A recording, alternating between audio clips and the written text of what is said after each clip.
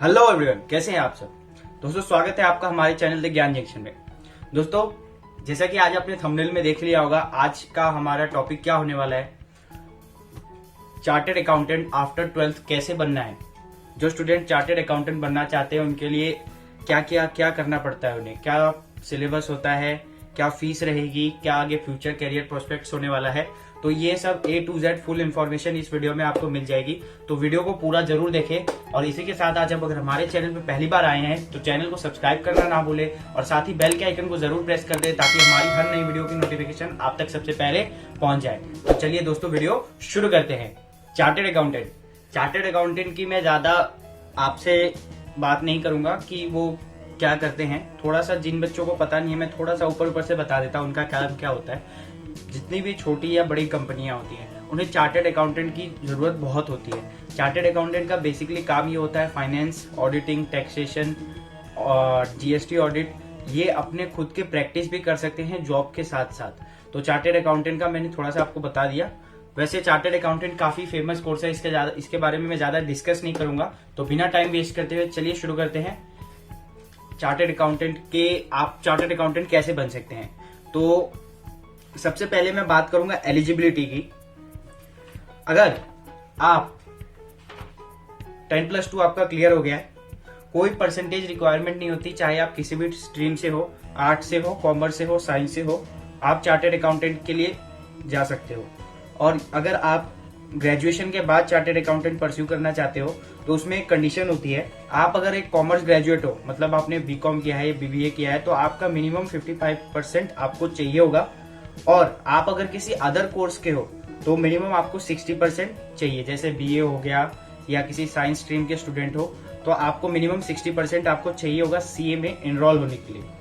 अब मैं कोर्स की ड्यूरेशन की बात कर लेता हूँ। आफ्टर 12th आप अगर इस कोर्स को करना शुरू करते हो तो फर्स्ट स्टेज से लेके लास्ट तक आपको मिनिमम 5 इयर्स का समय लगने वाला है। आपका 5 इयर्स के अंदर आपका ये कोर्स पूरा कंप्लीट हो जाएगा। और आफ्टर ग्रेजुएशन आप अगर ये कोर्स शुरू करते हो तो 3 इयर्स का समय लगेगा। और इसमें एक बहुत अच्छी बात यह है कि इसमें कोई एज लिमिट नहीं है, नो एज लिमिट। तो ये हो गई आपकी एलिजिबिलिटी और कोर्स ड्यूरेशन की बात। तो चलिए आगे बढ़ते हैं। अब आप सीए कैसे बने, ठीक है। अब आपको सीए बनना कैसे है। तो सीए बनने की सबसे पहली सीढ़ी, सीए के जो सिलेबस है वो 3 पार्ट में डिवाइड की गई है, 3 स्टेजेस। फर्स्ट स्टेज जो है आपका फाउंडेशन, पहले इसको सीपीटी के नाम से जाना जाता था। और दूसरा स्टेज है आपका इंटरमीडिएट, इसको भी पहले आईपीसीसी के नाम से जाना जाता था। और तीसरा है आपका फाइनल। क्लियर हो रहा है आपको, फाउंडेशन, इंटरमीडिएट और फाइनल। अब चलिए पहले स्टेज की बात कर लेते हैं, सीए फाउंडेशन। सीए फाउंडेशन का जो एग्जाम होता है ये आपका मई और नवंबर हर साल होता है, ठीक है। और इसकी जो फॉर्म्स आ जाती हैं फरवरी, अगस्त। मई अटेम्प्ट के लिए आपको फरवरी में फॉर्म भरना पड़ेगा और नवंबर अटेम्प्ट के लिए आप अगस्त में फॉर्म भर सकते हो। और चलिए अब इसकी फीस की बात कर लेते हैं। 9,000 रुपीज आपकी इसकी रजिस्ट्रेशन फीस होने वाली है। और इसमें आपका 200 रुपीज का प्रोस्पेक्टस है और 1500 रुपीज आपको एग्जाम के टाइम पे देने पड़ेंगे। मतलब 9,200 और प्लस 1500 आप उसमें कर लीजिए। तो ये आपके चार्जेस रहेंगे फाउंडेशन में। जो आपकी जो फीस ली जाएगी 9,000 रुपीज रजिस्ट्रेशन के वक्त, इसकी जो वैलिडिटी रहेगी वो आपकी 3 इयर्स की रहेगी। मतलब आप अगर फाउंडेशन क्लियर नहीं कर पाते हो बाय चांस तो आप 3 इयर्स तक अटेम्प्ट दे सकते हो। उसके बाद भी अगर आपका क्लियर नहीं होता तो आपको दोबारा से रजिस्ट्रेशन करना पड़ेगा और दोबारा से आपको ये फीस भरनी पड़ेगी, ठीक है। और ये सब जो रजिस्ट्रेशन होता है ये आपका ऑनलाइन होगा आईसीएआई के पोर्टल पे।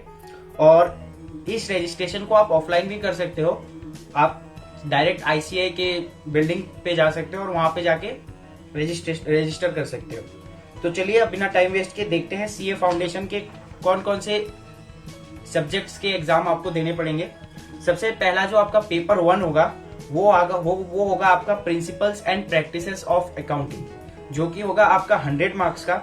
और जो दूसरा पेपर होगा आपका business law and business correspondence and reporting, ये होगा आपका 100 मार्क्स का, जिसमें आपका बिजनेस लॉ जो है वो आपका 60 मार्क्स का है और बिजनेस कॉरेस्पॉन्डेंस एंड रिपोर्टिंग वो आपका 40 मार्क्स का है। 60 + 40 100 समझ रहे होंगे आप। और जो आपका ये दो जो पेपर है ये दोनों आपके सब्जेक्टिव पेपर होंगे, मतलब इसमें आपको लिखना पड़ेगा, ठीक है। क्लियर हो रहा है। अब चलिए तीसरे पेपर की बात कर लें। 4 पेपर है टोटल। तीसरा पेपर जो है आपका वो है आपका business mathematics and logical reasoning, जो कि है आपका 100 मार्क्स का, जिसमें आपका बिजनेस मैथमेटिक्स जो है वो आपका 60 मार्क्स का है और लॉजिकल रीजनिंग जो है वो आपका 40 मार्क्स का है। 60 + 40 100, समझ रहे हैं आप। और paper 4 business economics, business and commercial knowledge, जिसमें जो आपका बिजनेस इकोनॉमिक्स है ये भी आपका 60 + 40 business and commercial knowledge, total 100।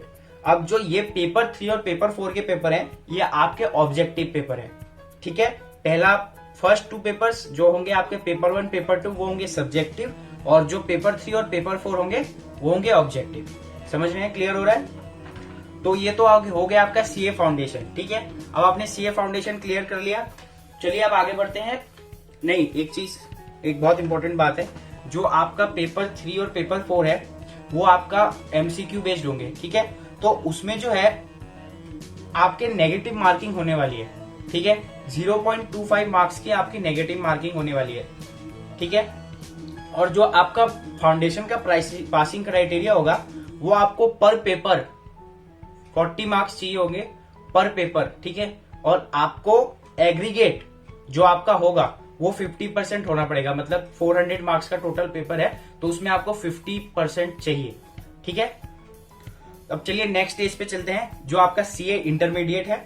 और इसके जो पेपर होते हैं वो आपके मई और नवंबर में होंगे।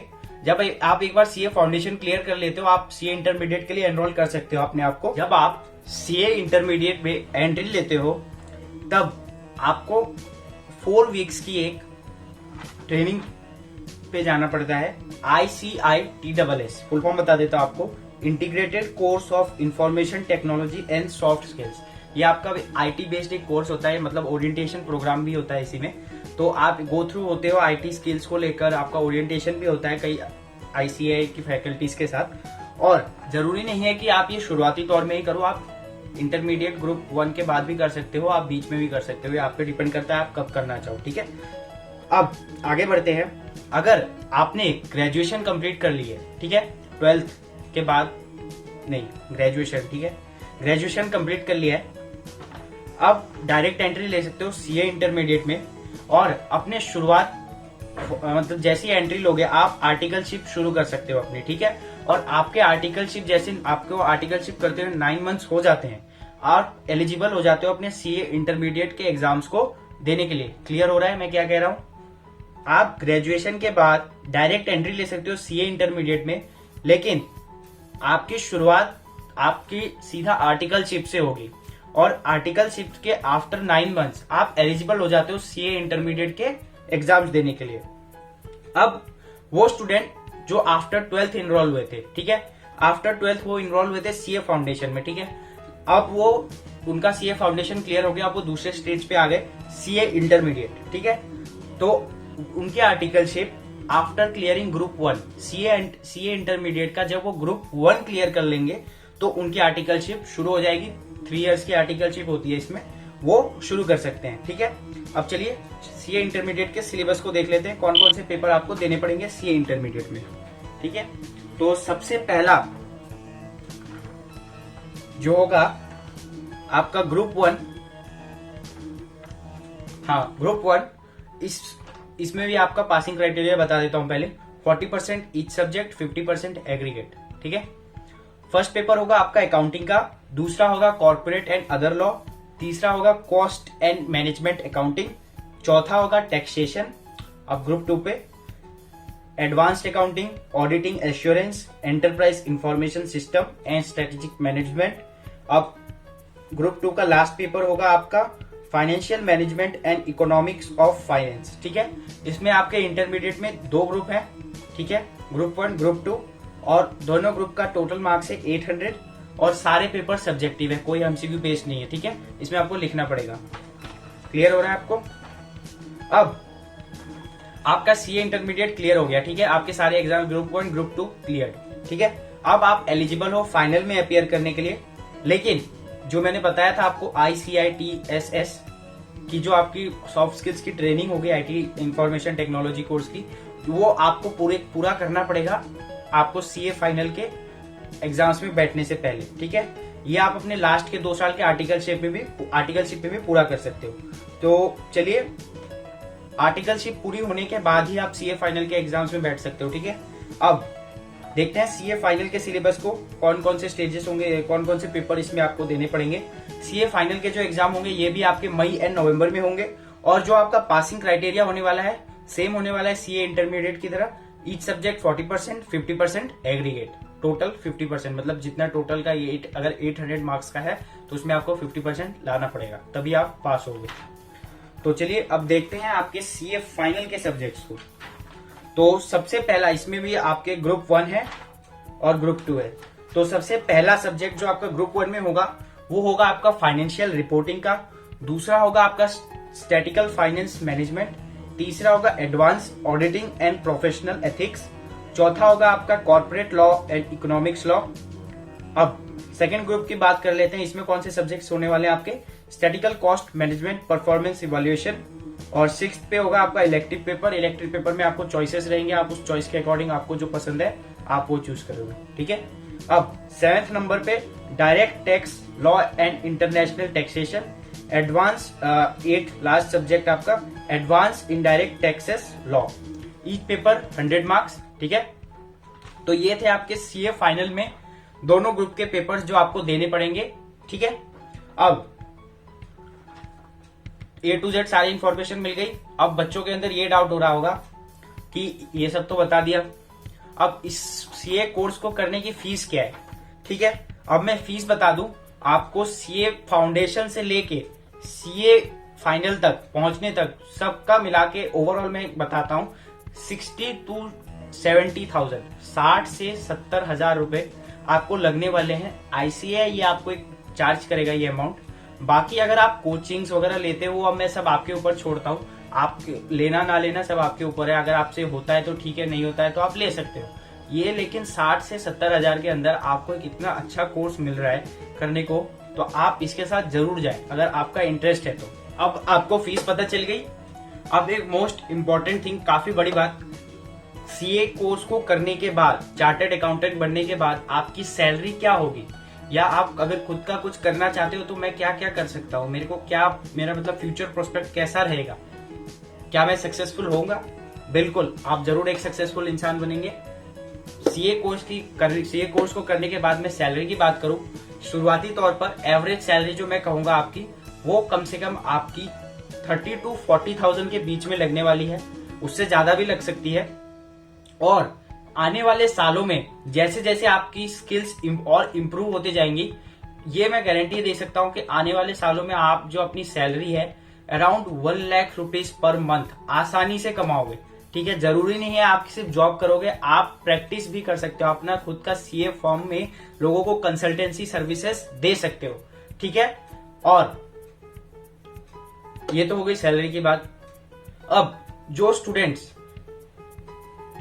की रैंक आती है, मतलब जैसे ऑल इंडिया रैंक आपने सुना होगा, अगर रैंक आ रही है किसी स्टूडेंट की और उसे प्लेसमेंट मिल रहा है तो शुरुआती तौर में स्टूडेंट्स की लाख लाख रुपए सैलरी भी लग जाती है।